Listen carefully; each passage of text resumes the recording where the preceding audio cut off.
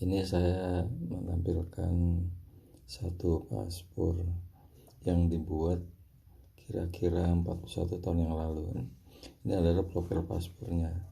Kalau lihat dari halaman cover, ini masih terasa seperti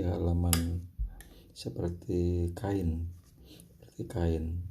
Dan ini kain yang cukup kuat, persis seperti kain katun kasar dari cover luar paspor. Dan ini tempat nomor perforasi yang dari paspor. Ini kelihatannya seperti dilakukan dengan seperti jarum jahit, dicetak dengan seperti jarum jahit, karena ini modelnya tertusuk-tusuk hingga terlihat kalau di halaman paspor yang terlihat seperti ini. Kemudian di halaman belakang juga terlihat seperti ini. Jadi ini seperti tercetak. Kalau melihat dari lubangnya ini mengarah, sebetulnya cetaknya dari belakang. Jadi ini sebetulnya cetak di hurufnya dari belakang. Ini cetak sini. Jadi mulai tertusuk dari huruf di belakang karena lubangnya mengarah ke dalam. Jadi bukan merupakan cetak, tapi merupakan seperti dijahit, ditusuk. Karena ini lubangnya mengarah keluar daripada halaman di depan. Lubang halaman keluar.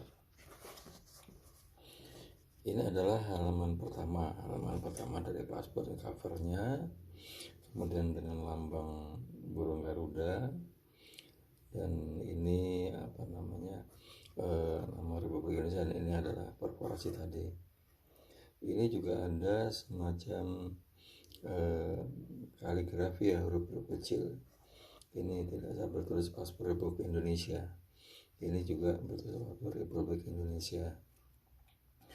Nah, pada halaman pertama ini jika membuka paspor, kita sudah akan melihat yaitu halaman peringatan. Nah, halaman peringatan ini sebetulnya terdiri dari 3 item. Halaman peringatan ini ditujukan kepada kita, si pemegang paspornya. Di paragraf pertama di sini disebutkan bahwa pemegang paspor diperingatkan dengan sangat bahwa mereka hanya dapat memperoleh paspor baru jika mengembalikan paspor yang lama. Ini dimaksudkan adalah jika kita melakukan penggantian paspor, maka paspor yang lama ini wajib untuk kita kembalikan. Jika tidak, tentunya ada aturan-aturan tersendiri yang melakukan pemeriksaan atau meminta keterangan kenapa paspor lamanya dan ada di mana. Kemudian paragraf kedua juga ini kepada himbauan kepada pemegang paspor. Oleh karena itu, sekalian pemegang paspor diminta kepentingannya sendiri supaya menyimpan paspor ini baik-baik. Jadi kalau kita diberikan paspor ini, paling tidak sepanjang sebelum kita menggantikan paspor ini dengan yang baru, paspor lama ini harus wajib kita simpan, kita pelihara, kita simpan dengan baik agar di kemudian pada saatnya kita akan melakukan penggantian paspor ini, kita bisa serahkan kepada kantor imigrasi kembali. Kemudian paragraf ketiga, barang siapa kehilangan paspor dengan jalan bagaimanapun, harus dengan segera memberitahukan hal itu di Indonesia kepada polisian tempat kehilangan itu, dan di luar negeri kepada perwakilan yang bersangkutan tempat dia berada. Jadi ini tentang kewajiban untuk melakukan pelaporan jika paspor ini hilang pada polisian misalnya di dalam negeri, dan jika kita ada di luar negeri pada perwakilan Indonesia yang ada di dekat kita tempat berada. Jadi ini di luar negeri agak sulit ya, jika kita berada di luar negeri satu tempat tapi tidak ada perwakilan Indonesia atau KBRI di sana. Tentunya kita harus menyimpan kontaknya atau mencari tahu bagaimana kita melaporkan, apakah melalui via telepon atau memberitahukan dengan cara mungkin memberikan surat pernyataan kehilangan pada perwakilan pada waktu itu. Karena kalau di luar negeri kita hilang paspor cukup repot di sana. Kemudian halaman kedua, Nah, halaman kedua ini juga masih berisi peringatan, himbauan kepada kita pemegang paspor. Di sini tertulis bahwa guna menghindari kesulitan dalam perjalanan, maka pada semua pemegang paspor dianjurkan: A. Minta visum terlebih dahulu kepada negara yang hendak dikunjungi. B. Menanyakan kepada perwakilan tersebut apakah ada surat-surat lain yang perlu dibawa, seperti surat kesehatan, surat jaminan, dan lain-lain. Ini adalah aturan-peraturan yang di waktu itu belum semua negara memberikan bebas visa, dan belum semua negara memiliki fasilitas tentang bebas visa. Makanya kita sebelum berangkat ke luar negeri, jika paspor kita sudah selesai dibuat, makanya kita mau ke luar negeri, kita wajib dulu mengetahui kedutaan asing mana di negara itu ada aturan-aturan nggak mengenai kita pemegang paspor Indonesia, terutama jenis visa yang sesuai dengan maksud tujuan kita, mau visa turis, visa belajar, atau visa berdiam, atau visa yang memerlukan jangka waktu yang lama, atau kita akan menginginkan sesuatu kegiatan yang cukup lama. Itu perlu kita tanyakan dapat visa apa. Nah, selain itu juga ada surat-surat. Pada waktu itu ada surat kesehatan berwarna bentuknya buku kuning ya. Surat kesehatan wajib dibawa ke luar negeri. Dan ada juga negara yang mewajibkan uang jaminan. Kalau sekarang kan tiket pulang pergi. Kalau dulu masih ada juga uang jaminan. Dan lain gunanya uang jaminan ini juga adalah untuk jika kita memiliki masalah deportasi, dan itu yang dipakai untuk sebagai pembiayaan atau pemulangan diri kita. Kemudian halaman ketiga, nah ini paspornya teregistrasi dengan nomor 200599. Nah, ini teregistrasi pada waktu itu. Ini adalah form register dari paspor, dan ini adalah menentukan jangka waktunya, jangka waktu kapan dibuatnya. Ini adalah kodifikasi dari kantor imigrasi. Kemudian dibuat pada tanggal 29 Agustus tahun 81. Berarti kira-kira usianya sudah hampir mendekati 41 tahun ya paspor ini dibuat. Nah, ini adalah sebetulnya cover kulit muka bagian dalam dari paspor zaman waktu itu. Ini kalau dilihat di sini sebetulnya kalau tanpa capnya dilihat adalah yang ada adalah paspor Republik Indonesia dan nomor korporasi. Di sini ada kalimat nomor ini adalah merupakan cover, adalah penjelasan dari halaman kulit muka tadi. Nah, ini kulit muka. Nah, ini secara administrasi, secara resmi dinyatakan bahwa paspor ini paspor Republik Indonesia dan memiliki nomor dengan korporasi G056158. Ini adalah nomor seri paspor itu. Kemudian di sini di halaman ini pada waktu itu dipakai juga sebagai informasi kepada pemegangnya. Jadi di sini ada dua informasi dari pemerintah pada pemegangnya, bahwa di sini ada cap pertama, yaitu paspor ini tidak berlaku untuk selama Arab Saudi selama musim haji. Jadi paspornya tidak bisa dipakai dengan visa ziarah selain visa haji. Jadi artinya paspor ini bisa dipakai ke negara Arab Saudi dengan visa haji, dan dalam arti pemegang paspor harus terdaftar sebagai dalam kuota haji Republik Indonesia pada waktu itu. Kalau dengan visa ziarah otomatis ini tidak berlaku. Apakah ini bisa terdeteksi secara baik? Bisa iya, bisa tidak. Karena biasanya kalau udah ada ini, kemudian kita lihat cap ziarahnya, itu biasa ditolak oleh imigrasi pada waktu kita mau berangkat.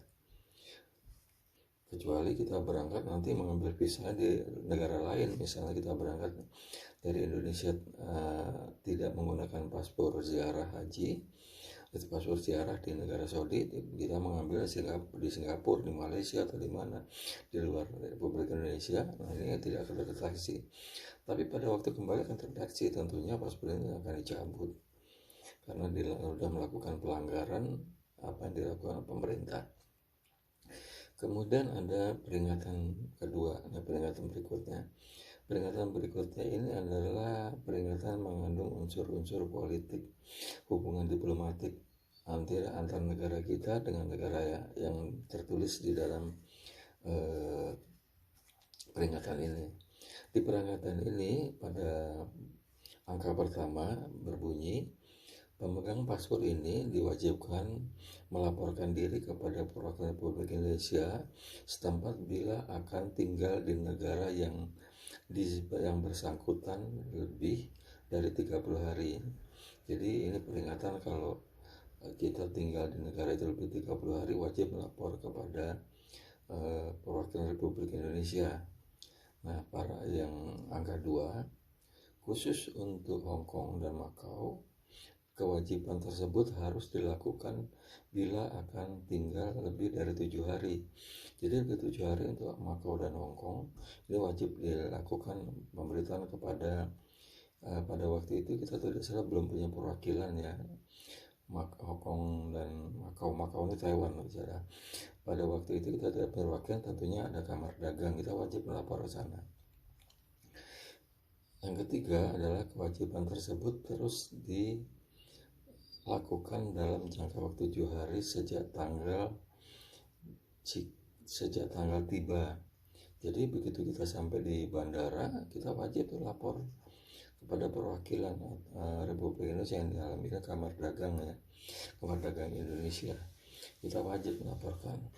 Nah, yang keempat, barang siapa melalaikan kewajiban tersebut, di mana akan dikenakan barang siapa melalaikan kewajiban tersebut di atas akan dikenakan sanksi dan paspor dicabut. Nah, pencabutan ini akan dilakukan di bandara pada saat kita tiba di bandara. Nah, kita jika melalaikan ini tentunya pembuktian nanti akan terlihat dari cap tanggal datang dan cap tanggal berangkat dari negara Hong Kong atau Macau yang tertera di paspor. Dan itu tidak bisa dihilangkan dan akan sulit dihilangkan karena pada waktu kita berangkat itu pesawatnya langsung dari Hong Kong ke Jakarta, jadi tidak akan mungkin kita sempat menghilangkan cap itu. Dan juga akan kelihatan nanti cap itu karena biasanya cap negara itu agak sedikit berbeda. Kemudian halaman keempat. Ini halaman keempat ini ada informasi 2 hal, yaitu tentang materai dan kemudian paspor ini isinya 48 halaman. Nah, ini materai ini adalah merupakan harga dari paspor yang kita beli. Di sini harganya tahun 81 itu Rp3.000. Jadi artinya paspor ini berharga Rp3.000 dan kita pemegang paspor akan segera mengetahui bahwa harga paspornya Rp3.000. Dan ini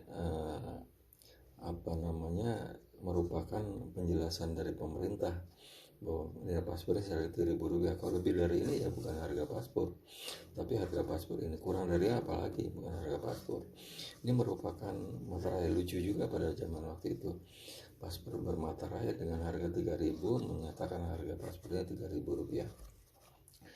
Kemudian di bawahnya paspor ini berisinya 40 muka bernomor korporasi. Artinya paspor ini setiap halamannya berisi nomor korporasi ini, grup ini, nomor korporasi grup ini.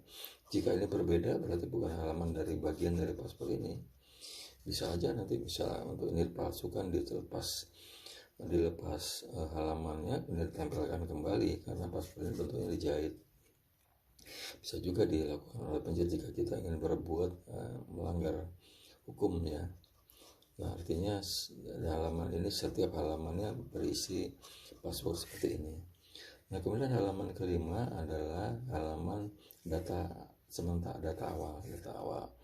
Nih, di halaman ini terdiri dari nama pemegang, kemudian pekerjaan. Nah, pekerjaannya lucu nih. Setiap pekerjaan apapun pekerjaan kita akan dituliskan di sini dan diberi terjemahan dalam bahasa Inggris. Nah, kemudian di sini adalah paspor ini berwarga negara Indonesia, artinya nama ini, pekerjaan ini adalah warga negara Indonesia. Dan berikutnya ini adalah disertai dengan paspor ini pada waktu itu bisa dilekatkan juga anggota keluarga itu terdiri dari anak dan istri yang sah. Itu artinya anak sah, istri dan sah. Atau pemegang paspor ini adalah seorang ibu-ibu, kemudian melekatkan anak sahnya di sini. Anak sahnya tentu berdasarkan dari akte kelahiran. Nah, ini pembuktian yang lucu. Jadi paspor ini bisa dipakai beramai-ramai. Kalau kita punya satu istri dan 4 anak, berarti 5 orang menggunakan paspor di sini. Ini bisa dilakukan dan bisa diterima oleh seluruh negara, karena seluruh negara juga melakukan hal yang sama di dalam paspornya. Jadi format paspor pada waktu itu, zaman itu tahun 1981 itu formatnya hampir mirip-mirip seperti semua negara. Kemudian halaman 6. Nah, ini halaman 6. Halaman 6 ini adalah data tentang pemegang paspor. Jadi isi data masih sederhana pada waktu itu, tapi di sini mengandung security yang juga cukup kuat. Jadi ini tidak bisa dipalsukan. Artinya mengurangi halaman ini sebetulnya sudah memberikan satu fitur keamanan bagi pemegang paspor dan pemilik paspor. Nah, dalam tanda-tanda deskripsi ini ada sekitar 6 kolom yang wajib diisi, yaitu kolom pertama adalah tempat dan tanggal lahir pemegang paspor. Ini tanggal lahir, dan ini kemudian tahun kelahirannya. Sebagai pengamannya dituliskan angka di belakang tahun kelahiran. Artinya ini sudah merupakan satu awal dari fitur pengaman dari paspor. Kemudian tempat kediaman ini dituliskan kota domisili. Jadi tuliskan kotanya, nama kotanya. Nah, kemudian bentuk muka. Nah, ini lucu nih. Bentuk muka, jadi pada umumnya warga negara Indonesia mukanya oval, lonjong, dan akan dinyatakan dalam bahasa Inggrisnya oval. Ada juga yang persegi 4 ya. Ada juga orang memiliki postur atau tulang muka yang agak segi 4. Nanti tuliskan juga sesuai dengan tulang mukanya. Kalau tidak salah ada 4 tipe wajah yang pada saat itu sebagai parameter tentang wajah kita. Kemudian mata coklat tua, dan mata pada umumnya bahasa Indonesia coklat tua. Ada juga hitam. Nah, ini juga akan tulis dengan hitam. Kemudian rambut itu pada saat waktu masih hitam. Jadi pada waktu usia sekarang, misalnya saya usia sekarang beruban, ini akan ditulis bahwa rambut sini beruban, tanda geri beruban. Nah, kemudian ada yang cukup menguatkan dari fitur pengaman pemilik paspor, yaitu tanda istimewa. Apakah tanda istimewa itu? Nah, tanda istimewa itu adalah cacat permanen yang ada di sekitar wajah kita. Jika misalnya kita ada, jika kita ada bibir sumbing, di sini akan tuliskan bibir sumbing atau permanen. Kemudian jika misalnya kita memiliki mata yang buta, kita akan tuliskan juga bahwa mata kita buta. Jadi apapun yang ada di dalam wajah kita, cacat permanen yang ada di dalam wajah kita akan dituliskan di sini sebagai penguatan dari penjelasan dari foto ini, atau sebagai penguatan fitur pengaman bahwa pemegang paspor ini memiliki wajah yang memiliki cacat permanen seperti ini. Inilah tanda-tanda pemegang paspor pada waktu itu, paspor di tahun 1981. Nah, kemudian 7 juga masih ada fitur pengaman, yaitu tanda tangan. Kemudian 2 kali tanda tangan, 1 tanda tangan di samping foto, mengenai foto, dan ada foto ini ukuran 6x6 berwarna hitam putih, dan kemudian ada mata itik. Ini adalah pengaman foto. Nah, kalau ini dilepas, paspor ini dilepas, ini akan robek paspor ini. Jadi kertas ini akan robek, jadi akan kelihatan bahwa paspor ini fotonya diganti. Nah, melepas ini sebetulnya mudah sekali. dan ini juga bisa robek paspornya. Dan jika dipasang ulang mata itik ini oleh si pemalsu foto diganti, juga akan kelihatan ada fitur pengaman di sini, yaitu cap basah, dan ini ada cap keringnya. Cap kering dari paspor itu, cap kering ini yang cap timbul, ini akan sulit digunakan oleh pemalsuan. Kemudian ada nomor korporasi melekat di sini, nomor korporasi melekat di sini. Walaupun di sini sudah menjelaskan, tapi di sini juga ada. Ini masih manual, cara pemberian nomor korporasi manual, dan nomor korporasi itu tidak mengandung huruf, maka dilakukan dengan tulisan tangan huruf ini. Dan ini akan kelihatan nih, tulisan tangannya juga, walaupun ini simpel, juga ini akan mengandung suatu fitur pengaman, karena paspor yang dikeluarkan oleh Jakarta Barat, kantor imigrasi Jakarta Barat, ini hurufnya akan begini semua. Kalaupun dipalsu akan kelihatan ini gerak dari hurufnya. Jadi si penulis ini berkewajiban, menulis paspor ini berkewajiban dengan memberikan huruf ini dengan gayanya sendiri. Jadi ribuan paspor, mungkin ratusan ribu paspor oleh penulisnya sebelum dia mendapat mutasi tugas tempat lain, terhitung pada tanggal itu sampai tanggal waktu itu, hurufnya akan seperti ini. Jadi ini modelnya. Jadi kalau di luar ini petugas imigrasi sudah tahu bahwa ini bukan paspor keluaran Jakarta Barat ini pada periode itu, pada periode waktu itu. Ini karena hurufnya berbeda. Nah, tulisan ini, huruf ini menggunakan tinta Cina. Ini kalau di paspor dicelupkan dalam air, dia tidak akan merubah, dia tidak akan membias atau memblobor, dia tetap akan seperti ini. Mungkin kertasnya akan rusak, tapi hurufnya akan ini melakukan seperti ini. Ini juga mata penanya juga di dalam ukuran tertentu. Ini kalau saya mata penanya 0,5 atau 0,6. Nah, ini dibuat seperti ini.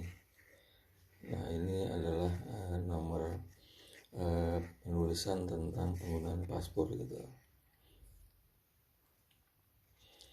Nah, kemudian di halaman 8. Nah, halaman 8 dan halaman 9 ini sama ini.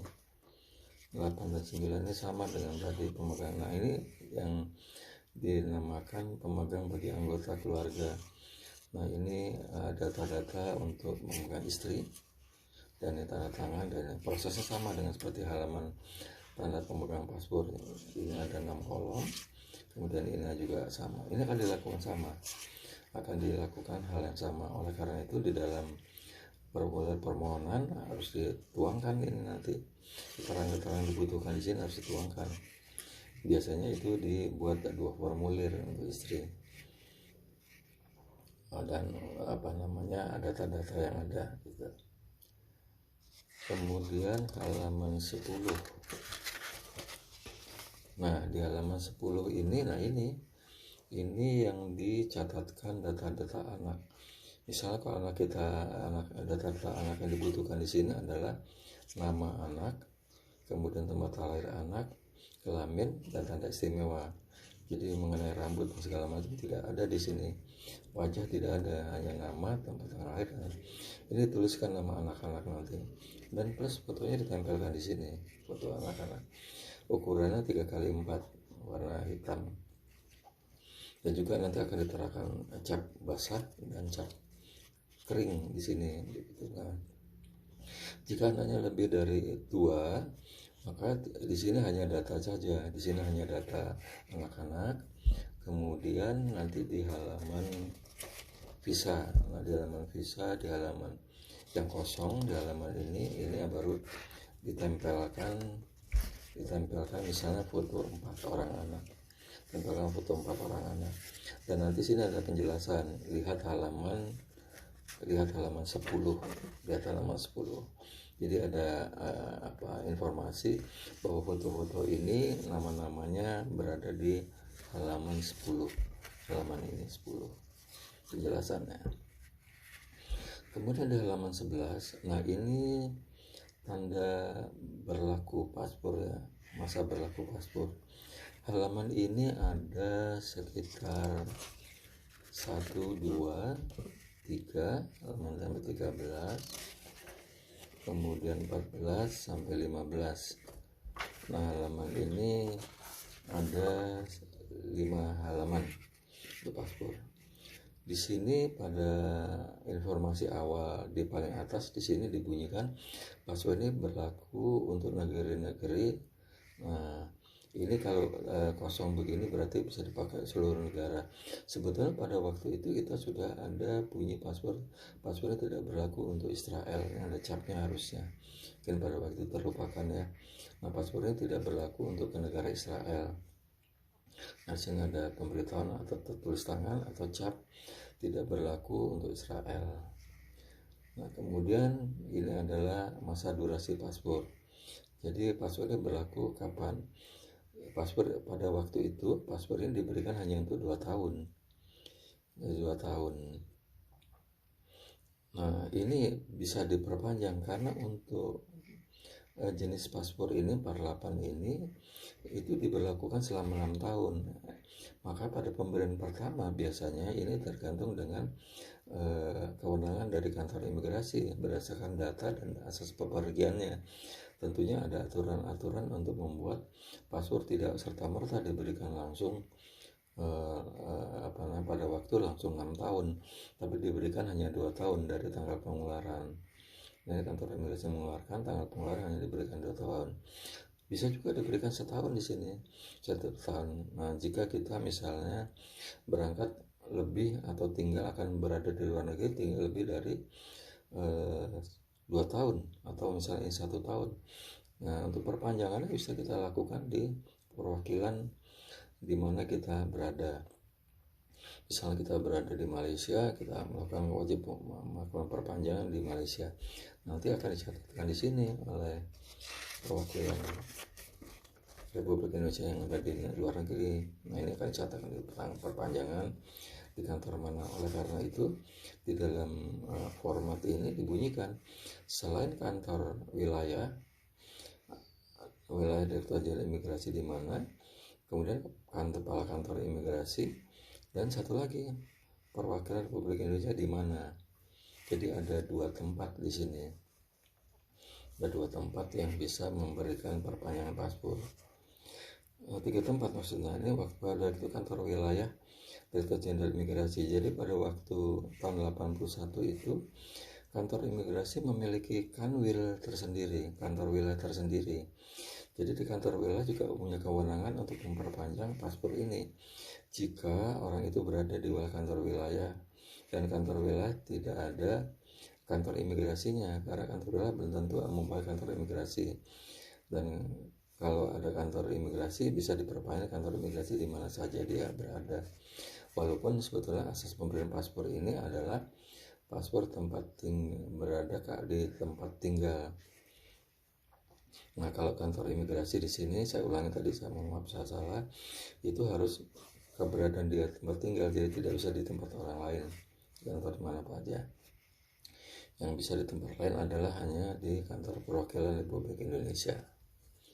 Nah, ini merupakan halaman perpanjangan paspor. Kalau dulu ada namanya istilah perpanjangan, kalau sekarang tidak ada istilah perpanjangan karena paspor itu langsung diberikan 6 tahun dan jika masa berlakunya habis dan diberikan penggantian. Inilah kira-kira informasi tentang perpanjangan atau tentang masa berlaku paspor. Kita memasuki sampai halaman 15. Nah, kita memasuki halaman 16. Halaman 16 ini adalah halaman visa. Halaman visa ini diberikan sampai halaman terakhir, halaman 48. Di halaman 48 ini.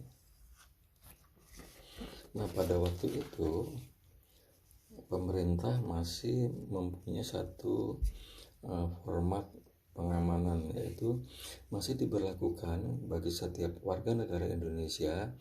Nah, itu akan jika ingin melakukan perjalanan ke luar negeri wajib memiliki namanya exit permit. Exit permit. Nah, exit permit ini mempunyai durasi waktu. Ini biasanya diberikan dalam jangka waktu 3 bulan. Kalau paspor ini tadi diberikan dengan tanggal 29 Agustus 81, maka diberikan 3 bulan. Batasan tertinggi ini tidak serta-merta nih diberikan.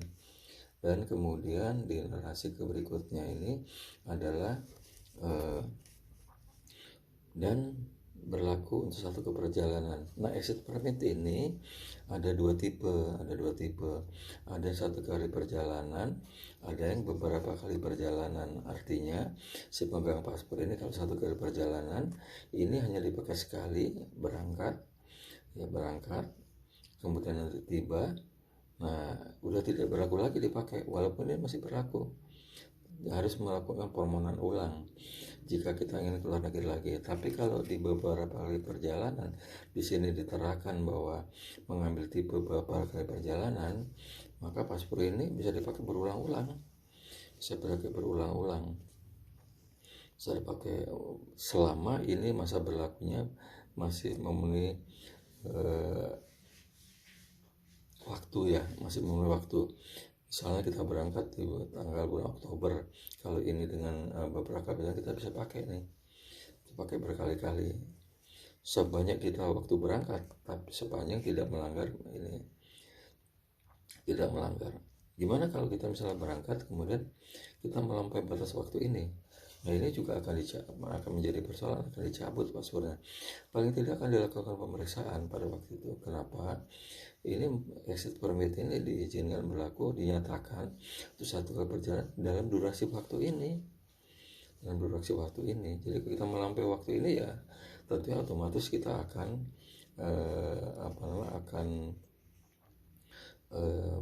memiliki satu hal. Terus bagaimana caranya kita bisa memperpanjang ini atau mengulang ini? Bisa dilakukan di perwakilan kita pada waktu itu. Bisa dilakukan untuk perpanjangan di perwakilan kita. Tentunya tapi tidak semudah itu. Perwakilan juga akan meminta izin dari kantor imigrasi mengeluarkan ini, artinya bersurat dulu, dan itu memakan waktu, biasanya akan sulit kita. Dan ini juga dengan sendirinya kita akan kembali dengan tanpa exit permit. Kemudian di sini ada nomor register. Ini terdaftar dengan nomor 500205. Jadi artinya dan ini adalah pekerjaan kita nih, kodifikasi pekerjaan kita. Pemegang ini berlaku sebagai apa? Ini ada kodifikasinya dan ini tanggal pemberian. Ini diizinkan betul sebelum tanggal 29, ini tanggal pengeluaran. Jadi ini bisa dipakai sesudah tanggal ini. Nah, ini dipakai sudah tanggal ini. Ini capnya, dan kemudian ini nama pejabat yang mempunyai kewenangan untuk menandatangani exit permit ini. Ini ada nomor perdim, nomor permohonan kita. Ini nomor perdim, dan ini ada nomor file dari paspor ini. Nah, ini adalah exit permit. Nah, exit permit kalau tidak bisa dicabut di bawah tahun 85, kalau tidak salah sudah dicabut, tidak diberlakukan lagi, dan tetap masih diberlakukan exit permit bagi warga negara asing. Sampai hari ini masih diberlakukan. Ini ada exit permit untuk warga negara asing. Nah, ini juga adalah contoh visa pada waktu itu. Visa pada waktu itu masih berbentuk cap, dan biasanya negara-negara itu menggunakan beberapa warna sebagai asas security-nya. Nah, kebetulan ini karena visa dari Arab Saudi, ini hanya dua warna kehijau-hijauan dan warna merah. Ini visa dari ini. Kalau sekarang visa bentuk stiker. Nah, pada waktu itu yang membuat juga menjadi persamaan dalam administrasi setiap negara, administrasi negara masing-masing. Ini ada materai juga nih. Ini 20 real materainya. Nah, pada waktu itu semua bentuk dokumen produk negara di semua negara itu jika memiliki produk hukum, selain diterapkan bentuk produk hukumnya, juga diterapkan harga dari visa ini. Jadi bermaterai. Jadi bukan Indonesia saja, tapi hampir semua negara seluruh dunia pada waktu itu. Jadi ada misalnya kalau paspor yang mengandung cap, visa di negara Jerman atau negara Eropa, pasti ada materainya. Jadi rupanya pada waktu itu seluruh dunia menganut paham administrasi, untuk biaya produk hukumnya mereka menerapkan dengan materai. Nah, ini adalah cap kedatangan, ini cap berangkat dari Arab Saudi. Nah, halaman visa ini sebetulnya halaman tempat komunikasi antar imigrasi. Jadi imigrasi Indonesia dengan imigrasi negara kita kunjungi. Artinya halaman visa ini halaman universal ya. Tidak ada domain negara menggunakan hal semacam ini kecuali halaman visa, kecuali paspor. Nah, ini bisa dipakai rame-rame nih, dan tidak terbatas kepada negara-negara yang mempunyai hubungan diplomatik. Jadi semua negara yang punya hubungan diplomatik akan melakukan hal ini.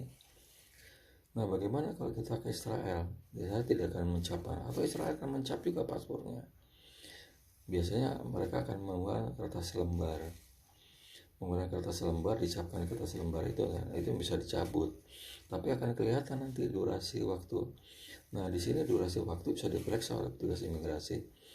Kita berangkat tanggal sekian, misalnya tanggal 10 Oktober, kemudian sampai di negara berikutnya tanggal 11 Oktober. Nah, kemudian pulangnya misalnya di sini kalau tidak salah tanggal berapa Oktober nih, 10 hari, berapa Oktober, 20 hari tanggal Oktober. Kemudian kita tiba tanggal di sini, tanggal harusnya beda sehari. Nah, kalau di antara tanggal ini ke tanggal ini, tanggal berangkat dari negara setempat tanggal ini ada jeda waktu misal seminggu, berarti kita menghilangkan informasi ke negara mana kita berangkat. Akan kelihatan nanti sini, karena tidak ada waktu itu pesawat yang membawa dari suatu negara ke Indonesia, ke Jakarta atau tempat lain yang memiliki bandara internasional, itu dalam jangka waktu seminggu pasti akan ketahuan, dan petugas imigrasi di bandara akan memeriksa, ini hilang dari sini ke sini berapa lama nih. Kalau seminggu berarti kemana nih, kok tidak ada capnya, berarti pemegang paspor ini mengunjungi tempat-tempat yang dilarang oleh pemerintah untuk mengunjungi ke situ.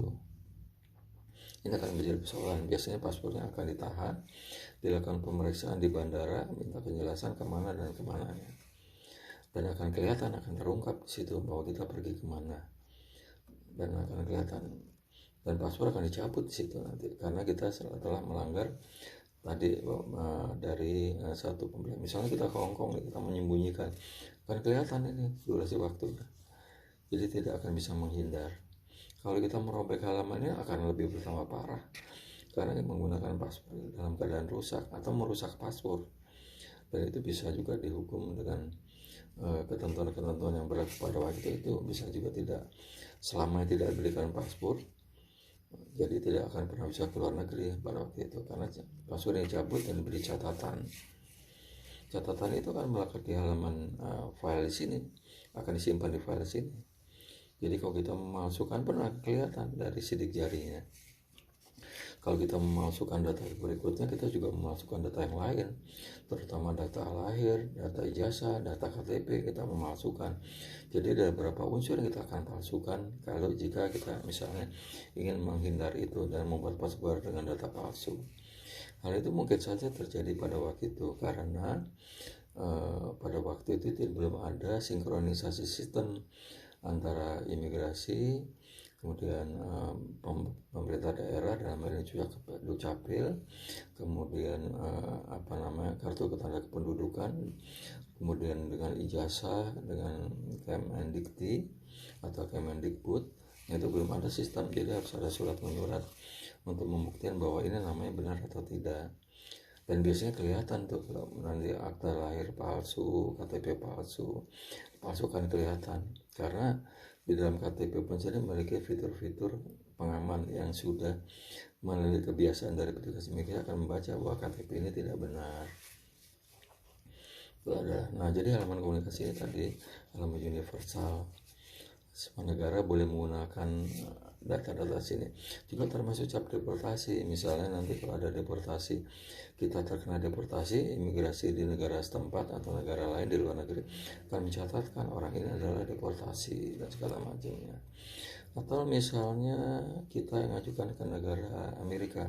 Amerika negara yang cukup saklek dalam pemberian visa dan cukup unik aturan mereka. Jadi kita misalnya mengajukan visa ke negara Amerika, kemudian ditolak, kita udah bayar tuh visanya, ditolak. Nah, mereka bisa mengeluarkan tanda-tanda khusus yang kita nggak tahu, dan mungkin kita tidak mengerti apa arti maksud tanda ini. Kita pernah ditolak. Nah, kira-kira dalam jangka waktu tertentu, misalnya 3-4 bulan kemudian, kita mencoba ulang nih, kita mengajukan visa ke Amerika lagi. Mereka tinggal menemukan aja tanda-tanda yang mereka lakukan, mereka buat di sini. Nah, tanda-tanda itu misalnya dari misal Amerika, mereka akan menandatangani di sembarang tempat, tapi di halaman visa. Mereka tidak mencoret di halaman lain. Mereka hanya diperbolehkan negara lain menterakan semua ketentuan mereka yang berkaitan dengan perjalanan pemegang paspor di halaman visa ini. Misalnya negara Inggris, biasanya negara atau Australia yang suka menolak visa gitu.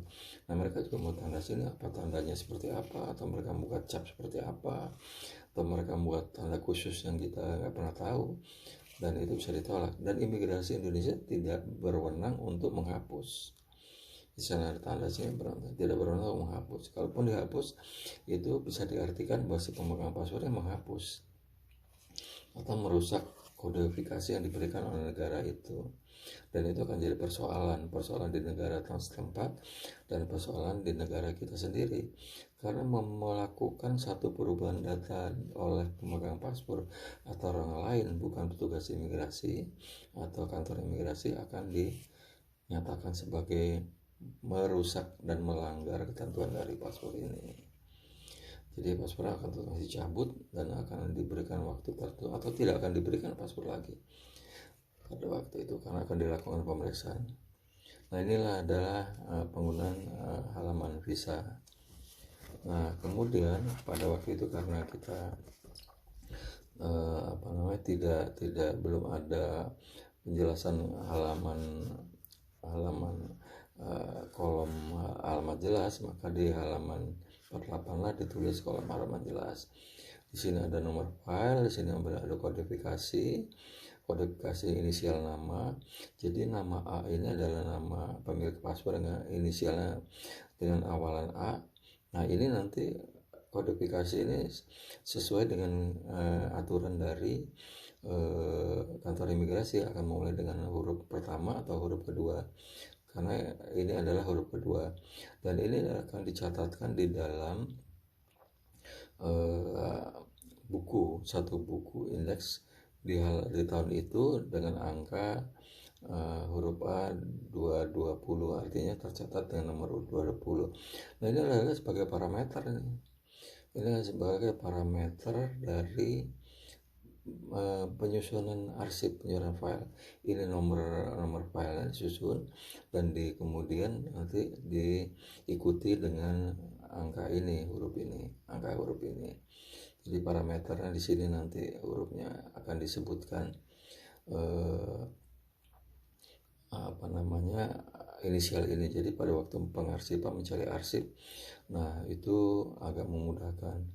Lucunya pada kantor imigrasi pada waktu itu hampir uang arsipnya sendiri dibutuhkan kadang-kadang hampir setengah gedung dari kantor itu, karena arsipnya manual dan arsip itu masih tersimpan dalam jangka waktu kurang lebih antara 20 tahun sampai 25 tahun. Belum ada waktu itu metode atau aturan tentang pemusnahan arsip paspor. Jadi arsip paspor waktu itu dianggap sebagai arsip dinamis, tapi sifatnya statis kalau dia sudah tidak berlaku. Artinya arsip dinamis itu berlaku sampai 6 tahun. Tapi arsip itu akan dipakai seterusnya pada waktu kita menggantikan paspor di tahun berikutnya. Misalnya jangka waktu 20 tahun kita ganti 4 kali. Nah, 4 kali arsip itu keluar masuk di dalam meja para pejabat petugas imigrasi yang masih pada waktu itu. Nah, ini adalah alamat lengkapnya sesuai dengan KTP. Nah, jadi ada pengesahannya yang mengesahkan di sini. Dan ini ada tanda rek. Tanda ini adalah sebetulnya di dalam formulir pada waktu itu di tahun 1979 imigrasi sudah melakukan komputerisasi dengan sistem sederhana sekali. Jadi ada berapa data kita yang dicatatkan dalam sistem paspor. Nah, tanda rek ini adalah tanda rekaman bahwa pemegang data paspor ini sudah dimasukkan dalam rekaman sistem imigrasi pada waktu itu. Sangat sederhana sekali. Nah, sistem rekaman itu jadi di dalam formulir itu ada satu lembar yang akan dikirimkan kepada kantor yang ditunjuk sebagai pooling data. Misalkan biasanya kantor wilayah itu ada. Jadi misal kantor wilayah tertentu, misalnya dari beberapa provinsi, ada satu provinsi yang menjadi pooling data, dan dikirimkan juga, atau jika ada pooling data dikirimkan ini ke Direktorat Jenderal Imigrasi. Di sana ada Direktorat Sistem dan Teknologinya.